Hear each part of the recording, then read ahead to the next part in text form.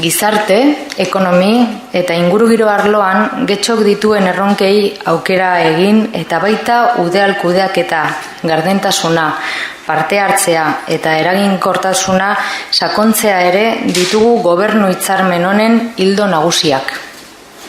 2019-2013 legealdi honetan alderdi bion programak gurutzatu eta bat egin ondoren, gure udalerriaren garapena azpimarratu eta indartzeko konpromezuak zehaztu ditugu.